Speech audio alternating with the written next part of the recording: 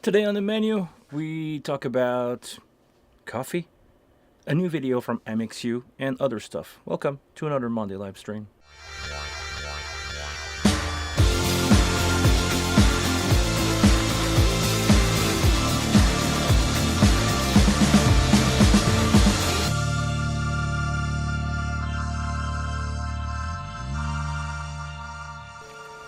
How's it going, everybody? Welcome to another Monday live stream. Today, we are in the desk position of the studio. My wing is currently not set up, so this is why I decided to go with this angle. I think it looks good. I honestly like the way that I can lit this room and we can do a live stream.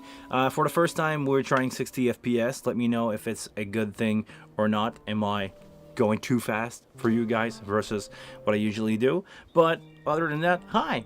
Let me pop up my chat. Hold on. I didn't program that. And now I can see you. I can see fuzzy image. Is it fuzzy? Really? Rob is cooking as usual. Patrick, hello. Let me know if the image is good or not. But I'm trying 60 FPS for the first time. Let me know. Usually it worked fine because I've done it for other stuff than the stream. But let me know if it's not good enough, or if it's not fully autofocus. It seems. Well, when I look at my end, it's fine. But hold on, let me take a look without the chat. I look out of focus. Let me know if anybody else has that problem, or if the autofocus is going too fast. Maybe. Just gonna pop up my chat here. Let me know if you guys have any other problem with that. Agreed with out of focus. Agree with out of focus. If I stop moving, is it that bad? Let me know, because I changed some setting on my camera. Because I had to go with 60 FPS and everything else. So let me know if this is fine or not. Usually I can kind of get away with it. So let me know if this, am I in focus if I stop moving or move a little less? Because if I go crazy like this, I know sometimes the camera don't like it. But anyhow, until I read some message from you guys, something I want to talk about today, and it's not the first time that I've talked about this. A lot of people apparently are having this conversation on YouTube right now. The three go-to things, or the thing that matter when doing live sound. I want to talk about that because I agreed with some of what those people are saying, and I don't agree with other creator here. The one thing that I think we all agreed on is how to do a gain structure. I think this is the thing where everybody says it's the priority, but after that, things are slowly changing from person to person, and I want to have your opinion because I plan on doing a video like that. If something is trendy on YouTube and I believe I can have an opinion or have a different approach to that, I believe my input would be, or my output on the subject would be greatly appreciated by some. So I'm planning on doing a script for the first few times like that, or actually I've done a script before, but I'm planning on doing a script for that, and I'm gonna have time today at work to write that down because I'm doing a corporate event and I'm gonna have hours and hours of waiting for stuff to happen. So I want you guys' opinion, because in my belief, and feel free to put your input there, this is why I want to have you guys I want to have you guys input on that. I believe the first thing that we should look at being a sound engineer is gain level. Most people agreed on that. And I'm not going to go in too deep right now because I think, let me know guys if you have a different opinion, but I think setting up your preamp or setting up the input of a channel strip is the most important thing, because you can get away with pretty much anything after that, or figure out a way to fix it pretty much after that. But if you have too much gain and you're going into clipping, you cannot remove clipping. And if you have not enough. You got nothing to work with. Basically, you gotta all the move that you're gonna do won't do anything. Basically, so gain is the first thing definitely that we should look out for. After that, I believe mic placement should become second. Even,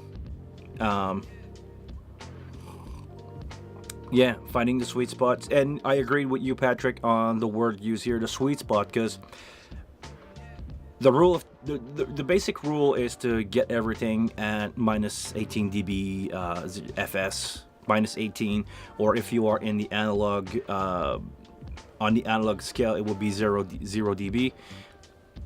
And I believe this is a good target, but nowadays I tend to have some stuff running, harder, like my kick drum usually is gonna be a little on the higher side, my snare not that much, my vocal maybe, if I have a really good vocalist that has a lot of subtle thing in his voice, I will try to just crank it a little bit. I believe it reacts in a different way. And after that, I think mic placement is the biggest change, and maybe the third one would be the use of low cut, but you can actually get away without using low cut. I know it's not ideal. I know I think you definitely need those, but doing the gain correctly and having the mic placed correctly, you should have a really good sounding source.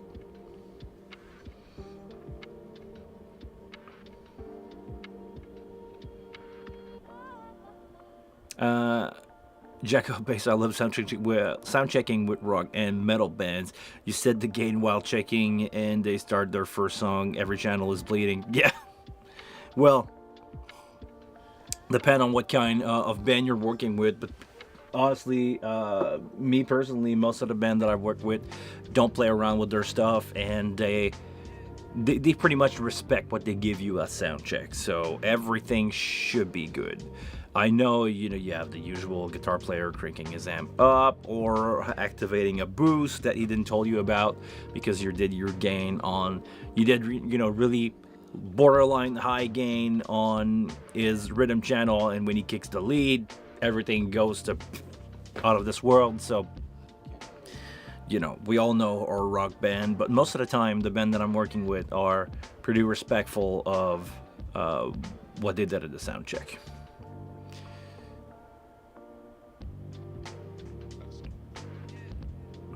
When might change position, you should revisit the gain to ensure that you're still in the sweet spot. Yes, I mean, and also the same thing happened when you play around with EQ, because boosting and cutting dB on a channel will affect the overall result of gain. I remember having that conversation. It's funny enough. It was with my teacher in school.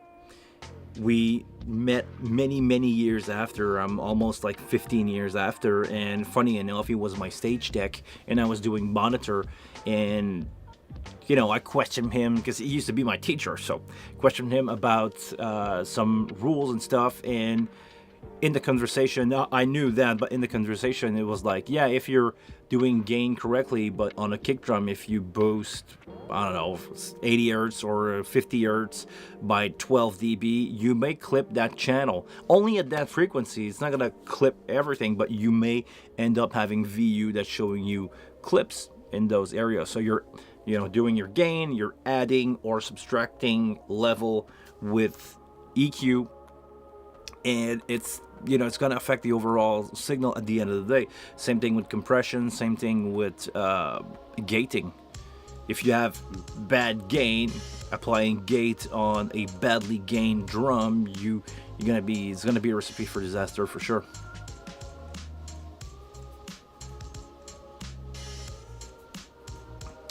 Gain staging talking head is difficult. What do you mean? You're talking about me, like right now?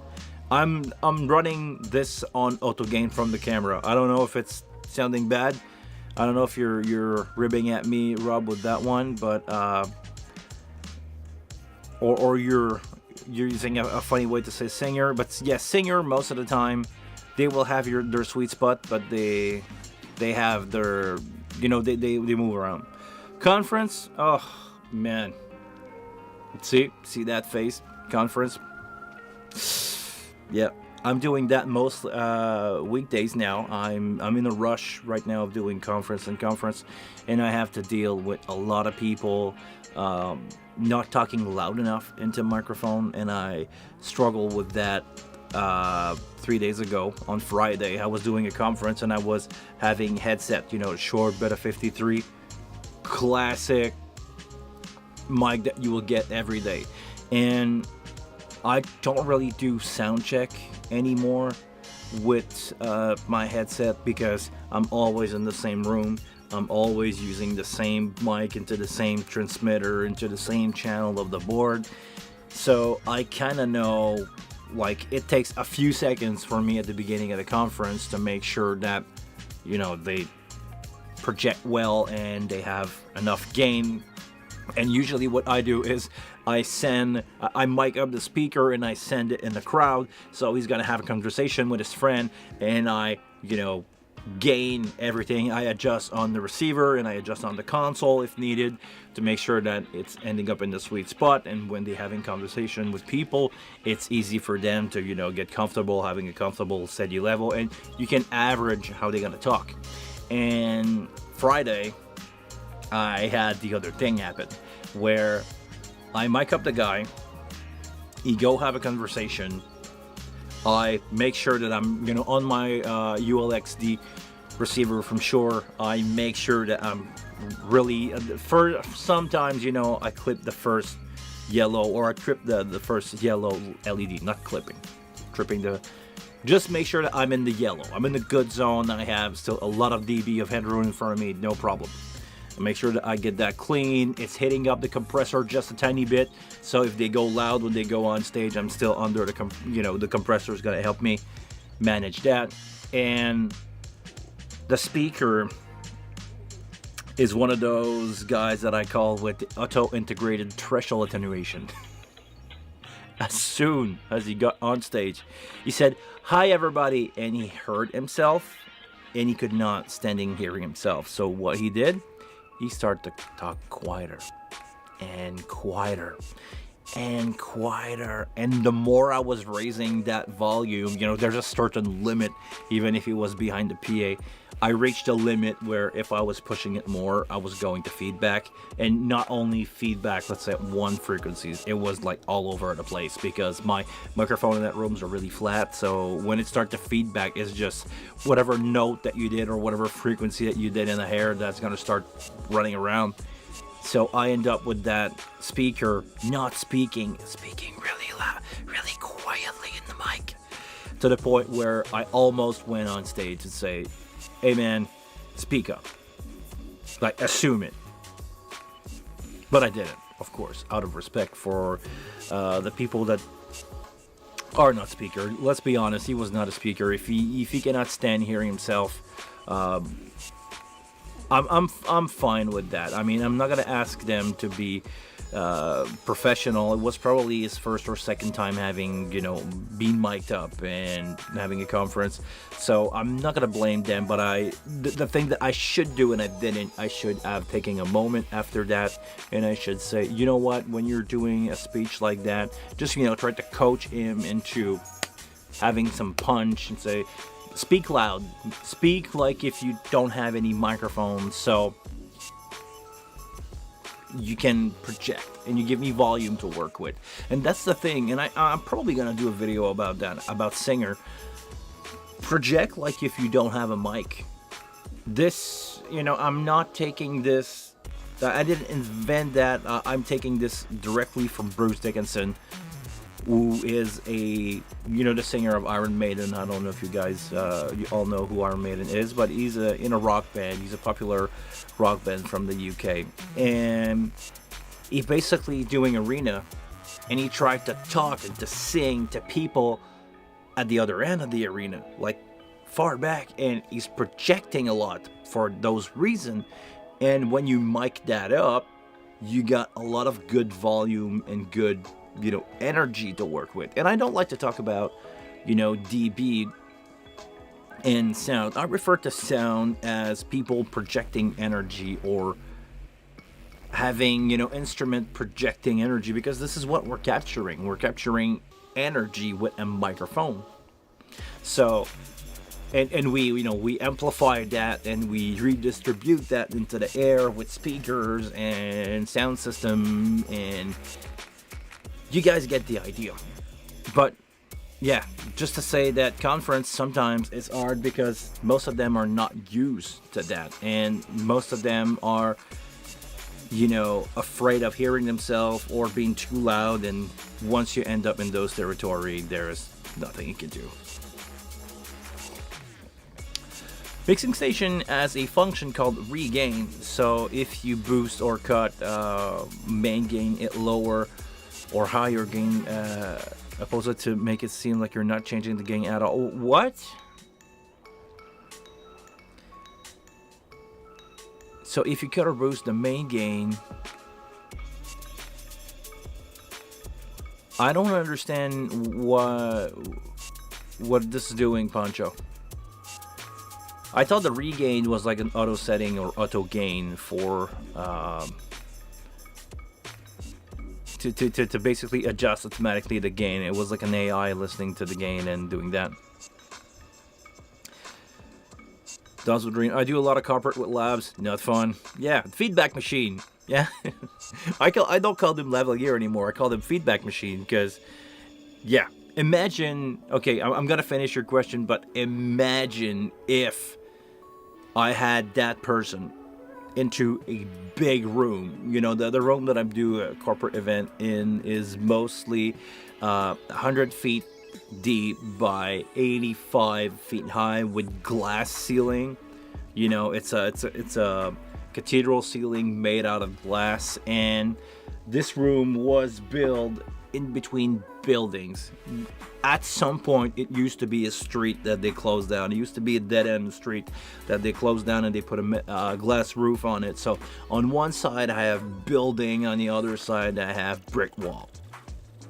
It's honestly not that bad because all those brick wall and different building on one side of the room are not even. So it's doing some like acoustic treatment.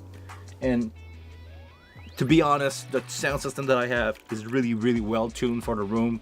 I have many boxes with many delays, and I'm fine with that. But the room is really, you know, has a lot of reverb. It's really a reverberant room. So imagine having somebody with a lav mic, and sorry, I'm reading as I'm saying this, when they don't rest correctly and have no place for a mic to be snaked in. Yes. So if you don't have the mic at the right place and you have somebody that don't like to hear himself and it's gonna lower his voice every time, you know, he's gonna hear himself through the PA, you're in for a nightmare. It's just not happening. Or the other trick with lavalier is it bothers them to have it here, so they're gonna put on the collar here, and you end up either having the mic pointing under the collar of their shirts, or it's just like pointing in another direction, and all you hear is something like that. You know, you have no high end because the microphone is like not picking up. Yeah, no. Definitely not. So yeah, corporate event. Actually, I should do a video about corporate event 101. What to do and what not to do on corporate event 101, because I'm doing a few hundreds a year. I've definitely have my fair share of corporate events. And yes, before any of you ask, I can get rid of the feedback without my laptop.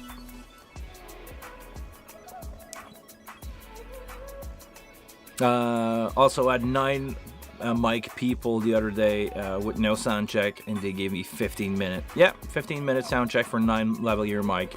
Yep. I honestly, this is why in my room I refuse to have lav mic. It's either headset, Shure 53. I know them, like, that's it. This is what you get. No lav. People are gonna show up. I'm gonna put the mic at the sound source right there, instead of having a clip mic here picking up. You know, basically, lavaliers, lav mic, clip-on mics are made for TV. They are not made for live sound because they are omnidirectional mic, and they're gonna pick up a lot of the room and they're gonna feedback. You can get away with lav mic if you have somebody that is really good at projecting and he knows what he's talking about. You know, if you have somebody that is used to it, is gonna project like he has no mic. You know, he's gonna go, "Hi everybody, welcome to this room. We're happy to be here." He's gonna give you volume to work with, but there is a limit to what you can do with a lav mic to the point where it's gonna pick up the room.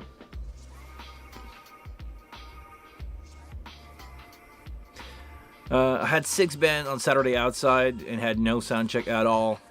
I had 1 band, 8 vocal mic, and another 10 vocal mic. Were you doing choirs or something? If you boost the level, it lowers the gain. Okay, so if you boost the level on the auto gain, it lowers the gain in monitor. So it seems that the singer that okay. So it's gonna lower the gain into aux send. So basically, if you crank the gain by 3 dB, it's gonna reduce the send to everybody by 3 dB. But yeah, 10 vocal mic is rough. I agree with Jack on that. 9 live mic on a fireside chat. Oh man, it's fine for the live stream, but you need to have a separate mixer for the live stream for those situations. It's tricky to get it right because EQ needed for the room and even subgroup for room and live stream. No, you need to have it separate because on, or actually there's 2 ways to do this. Let's say that you have all the same mic. Let's say that you have WL185, which is, I believe, the cardioid, not the super cardioid. What you can do is EQ them slightly on the channel strip, send that to a bus for your live stream, and after that having a 31 band EQ like on the group only for your room. But there is no win situation here. If I were to do this, I would say, okay, I need a separate mixer, or you need to double up the channel for the stream, because you want different kind of EQ and you definitely want a different kind of compression, and you probably want to run the Dugan mixer on that, so people are not like, you know, when, because that's the thing that problem that I'm facing from time to time when doing fire chat, and a lot of people on stage with many different mic. You know, one of them is going to be really quiet, and you're going to turn to the other person that is too close to them, and the mic, you know, that person talking to the other one is going to pick up in the other person's mic, and you end up with phasing and no good at all. So I strongly recommend a Dugan mixer for that. A Dugan mixer will basically detect, auto mix, downward expander, yes to all those things. It will auto detect which mic is talking, and it will bring the other one down. And yes, DSR on the input, not on matrices.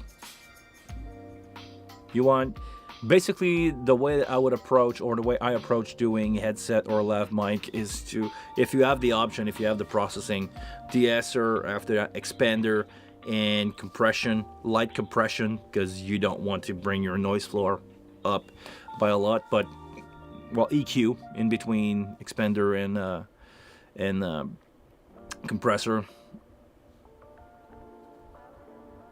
Okay, you do that on X32, so yeah, you end up missing out on processing at some point. But yeah, you can actually, even if you want to save yourself some trouble, you can just cut those things to hell. You can just, honestly, I'm debating between which method to use here, but a lot of people that are doing corporate event and corporate event only are doing high cut on podium and lav mic and all these microphones, because when you talk to somebody, there is not a lot of information higher than 9-10K. So people, you know, to get rid of the S's, some people will just go like low cut, high cut, and just mash that up, because the important information from a voice is really happening between, you know, 250 and 8, 9K, 10K. You can basically it's not going to sound natural for, in every situation, but you can definitely high cut and low cut those things really, really hard before you start to missing out on information. It's probably not going to sound good, but in a live room, sometimes if you don't have a DS, or well, just bring that high cut down to 6K, and it's going to sound a little dark, but you're not going to feedback, and nobody's gonna blink every time somebody says an S in the PA.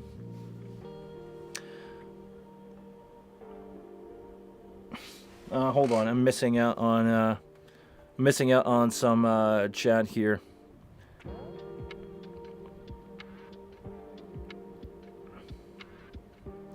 Patrick's trumpet, yes, yeah, trumpet player are known. Brass player at all are notoriously good for sound checking at one level and getting really loud during the show. Same with guitar. Clean sound have a lot of dynamics and typically lower volume. Yes, and distorted sound are compressed with a lot less dynamic and louder volume. It depends on, the setting of the guitar player. Some of them understand that you need to have your clean way louder than your distortion level, because most of the time in a typical rock band situation, you're gonna end up with... I hope nobody's at my door. You end up with, having clean parts of the guitar probably being more alone in the mix, typically on rock band. So when you're doing your clean, you're usually by yourself, and when the bands kick in, you want to have distortion, but you want that to be a lower level. But it's a matter of setting your stuff up for that situation. So you have to deal with that. But most of the time, you can end up in the zone, in the good zone, where you're gonna have, a good clean level, and you can get away with having those, level of clean being a little louder. And when the distortion kick in, it's gonna bring it back to the level that you set it up.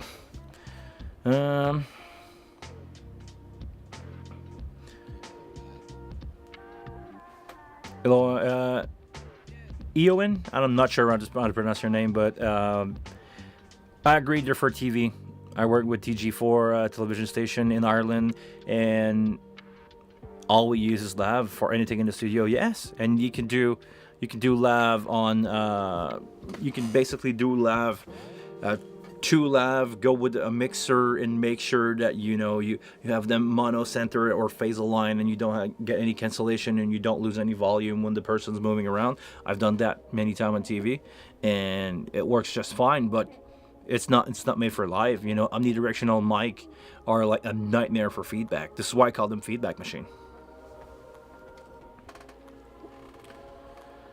Okay, beside gain staging, what is the next important thing? Mic placement. We talk about that. Mic placement, Jack. Because even if you don't do low cuts, if you have the right mic placement on anything, you can probably get away with it. Of course, I would strongly suggest low cut, but great gain. Get some really good juice to work with. Mic placement. So you get, you basically EQ with the mic. If a guitar, the classic is a guitar speaker. If it's too bright, well, move the guitar away from the center of the cone. If it's too dark, bring the mic back to the center of the cone.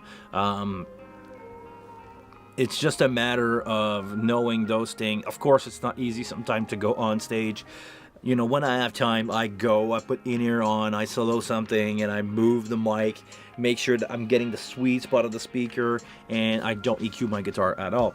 Example number one, or same thing with a snare. You can point the snare at the right angle and make sure that you got that. This is technique that are more used in studio, mic placement, but definitely it's gonna have the biggest impact. Same for a singer. You go in the studio, you talk with the singer. Do you want your singer to be close to the mic? Do you want have less low end? So you're doing your back vocal, you bring the singer back 5 feet. Same thing with musician on stage. If You can have a conversation, a talk with them, and say, okay, I don't want to over EQ your stuff, so when you're doing, or I don't want to compress too much that part, so when you're doing your back vocal, just, go back a little bit. You don't have to go extremely hard, but you can just do your back vocal. You can, punch with the singer really close from the mic, and for your back vocal, you just move out a little bit, and that's going to work. Mic placement. With singers, you have to, the mic placement is always changing, but you have to deal with that. It's part of dealing with the live show. So compressor is your friend, and dynamic EQ is your friend in this situation. But yeah, mic placement. And after that, low cut and EQ and compression and all that jazz. But you can get away. If I have to cut the list at 2 things: gain, mic placement. This is the only thing that they had back then.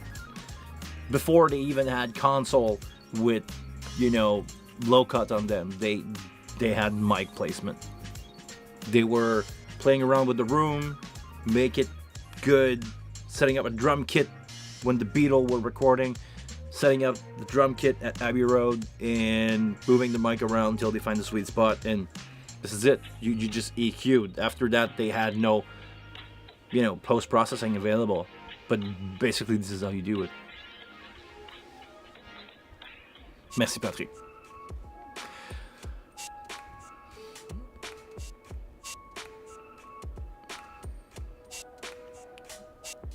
Okay, so the web designer cutting sustain to remove some room. Yep, it's basically a downward expander. Else what we need, the set RDS plugin on the wing. I don't know if it's ever gonna happen, but they know. A bunch of labs, wedding high cut and low cut, and wide mid-range cut. Yeah, depending on where the mic is. Yeah, it's after that, and I'm gonna do a video about that at some point. It's a thought that I had in my head.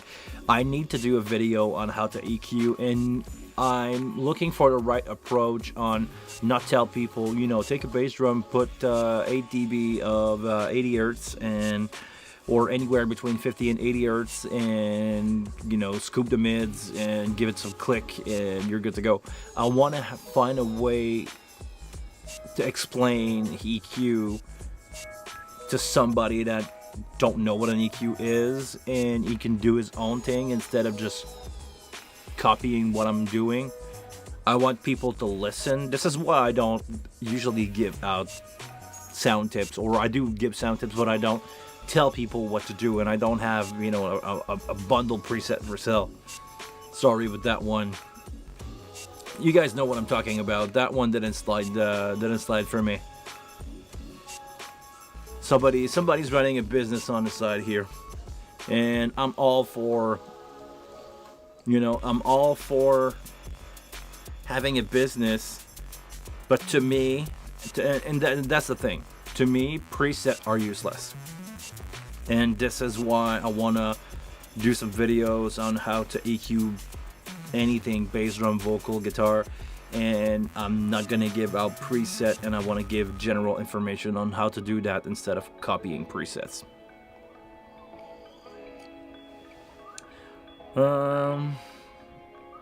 Did you see the pic of the Wing Compact? Okay, I can say it. I saw the picture. It looks amazing. I cannot show it here. That will be a no-go for me. Anyway, I don't even know if the pictures are real. It looks like the real thing, but I don't know if the pictures are real. But yeah, it's look amazing. Seems like it's gonna have 13 fader, or the render that I saw seems to have. Because to me, like, they were so bad quality that I don't know if it's Photoshop or real. But it's like I had the most pixelized, like, Facebook copy and paste picture that you can ever imagine. I had the MP3 of picture to judge on that, but if it's the real thing, the compact, it's gonna look amazing.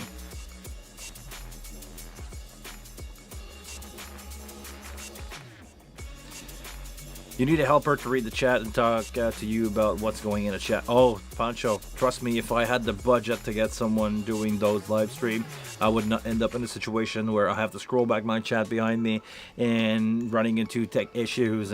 But yeah, I'm running a one-man show here, and I'm luckily enough, I don't have to look somewhere else for the chat. I can have the chat in front of me on a prompter because I'm running a prompter. And yeah, that's basically it. I'm reading the chat. I'm talking as I'm reading the chat, and doing it on a second language, honestly, is not easy. Totally unrelated to the current topic. Do you think Midas are coming out with a wing variant? No, I don't think so. I don't think wing will. I don't think the wing will be his thing. Midas. Well, actually, the funny thing is, I believe Midas will release 96K for the M32. A lot of people are talking about it. I see a lot of comment people, or it's trending right now. People are talking about it. But at this point, I believe, yeah, we either will see something new from Midas, like we have the HD Air coming out, but there's definitely a market for something under that, like a smaller console. But we'll see. I believe we will see the 96K Midas just to give the M32 one last, kick. Because right now, I think they sold pretty much all the M32 that they would sell. I don't see any reason why people would buy, that over an SQ nowadays, or people are debating between M32 and SQ nowadays. And if you look future-wise, if you want to, say be good for a couple of years, as much as I love my M32, and I personally would buy that, some people go like, well, that console or that design is 7 years newer than the one that Midas offers, so they probably gonna have something new in the pipeline, or just to compete with that, they will end up having another, another firmware update that will separate the X32 from the Midas and just give it 96K clocking. That way, it's gonna be allowed to interact with all those other console, and it's gonna interact with stage box, and probably sounding. Some people say it will sound better. Who knows, man? I don't know. I don't think this is the kind of thing to do a difference. It's not going to do a difference at all.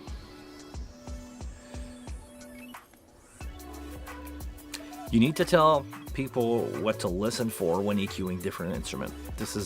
You just summarized what I want to say. Basically, I want to teach people how to, receive a source. What is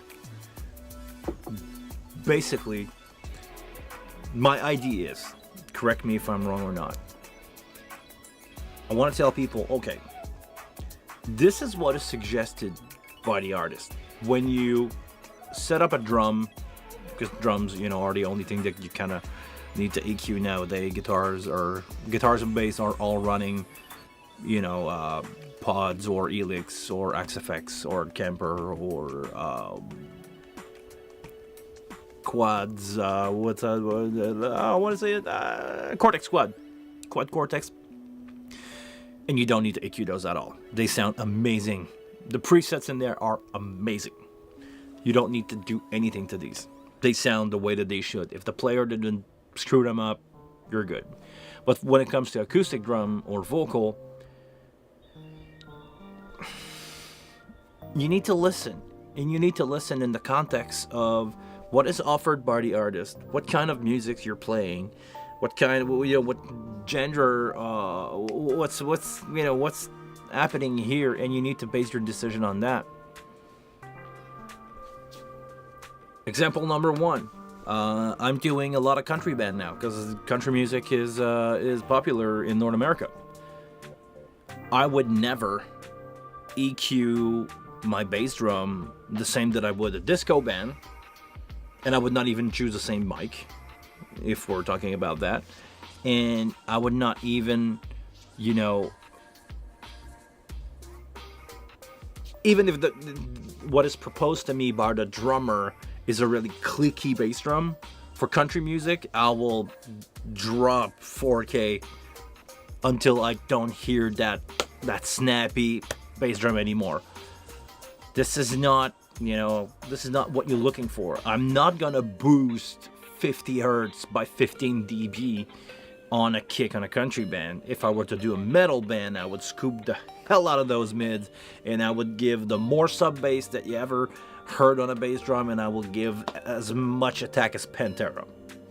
But depending on the situation, you need to listen what is offered by the artist, how that translates into a microphone, and is it coherent with the genre of music that you're doing. I just summarized the video that I want to do, but I need to do it for every things that matter. I want to do it for drums, I want to do it for bass guitar, I want to do it for electric guitar, I want to do it for vocal, for keyboard. Usually I don't play much with. I try to leave keyboard alone as much as I can. I don't EQ keyboard. I don't really compress keyboard, other than if we have a conversation, me and the keyboard player, and say, okay, this is gonna be, my presets are not fully balanced together in that project, or those presets are not fully balanced one to another, so can you just compress those just a little bit, so if one go out of whack, it's not gonna blow everybody's ear or in the crowd or in ears. But other than that, no. But I basically need to do that video and say, okay, here's a drum. Here's what is offered to me. What is the result that we want to have, and what's missing, or what do I need to put emphasis on for that specific style of music?